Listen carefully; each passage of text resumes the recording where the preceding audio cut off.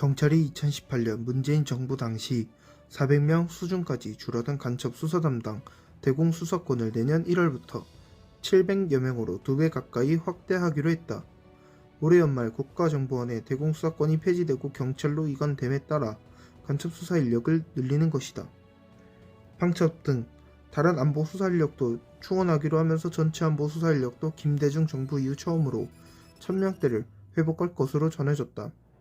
28일 경찰에 따르면 경찰청은 최근 본청과 18개 시, 도청 전체 안보 수사 인력을 현재 700여 명에서 310명 늘리기로 했다. 이에 따라 내년 1월부터 대공수사를 비롯한 경제안보, 테러방첩, 첨단안보 등 수사 인력이 1000명을 넘어서게 된다.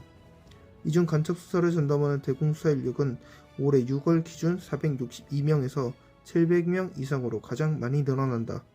나머지 중원 인력은 안보수사 분야에 분산 배치하기로 했다. 대공수사 인력을 증원하는 것은 박근혜 정부 때인 2010년 이후로 7년 만이다. 문정부 때에 2017년 대공수사 인력은 576명으로 늘었다가 국정원의 대공수사권을 폐지하기로 결정한 2020년 451명까지 줄었다. 경찰 내부에선 이 같은 인력은 대공수사권이 경찰로 이관된 이후 수사력 약화, 문제가 발생할 것이라는 지적이 끊이지 않았다. 이에 경찰은 문정부 때인 2021년과 2022년 세 차례에 걸쳐 대공수사관 증원을 요청했지만 행정안전부는 승인하지 않았다. 올해 들어서야 한 차례 인력 증원이 있었고 현재 20명을 추가로 늘리는 방안이 행안부에서 승인돼 국회 결정이 남은 상태다. 경찰 관계자는 문정부 다신 국정원의 대공수사권을 경찰에 이관하기로 해놓고 대공수사 인력을 축소하는 아이러니한 상황이 벌어졌다며 내년부터 간첩 수사를 경찰이 전담하기 때문에 국정원이 보유한 수사 인력만큼 증원이 필요하다고 말했다. 경찰은 일반 수사 및 대공수사 권력이 있는 대공수사관 310명을 선발해 내년 1월 배치할 계획이다. 이렇게 되면 지난 8월 기준 전체 안보경찰 2192명 중 절반가량인 1000명이 간첩 등 안보수사만 전담하게 된다. 유동일 자유민주연구원장은 노태우, 김영선 정부 때는 안보수사 인력이 2000명 이상이었다가 김대중 정부 이후 1000명대로 줄었고 문정부에선 간첩 수상자가 사실상 적배로 몰리면서 더 축소됐다고 설명했다.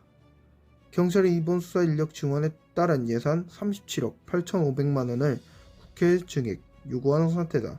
다만 이는 안보내 비수사 부서 인력을 조정해 간첩 수사에 재배치하는 방식이어서 다른 안보 기능이 위축될 수 있다는 우려도 나온다.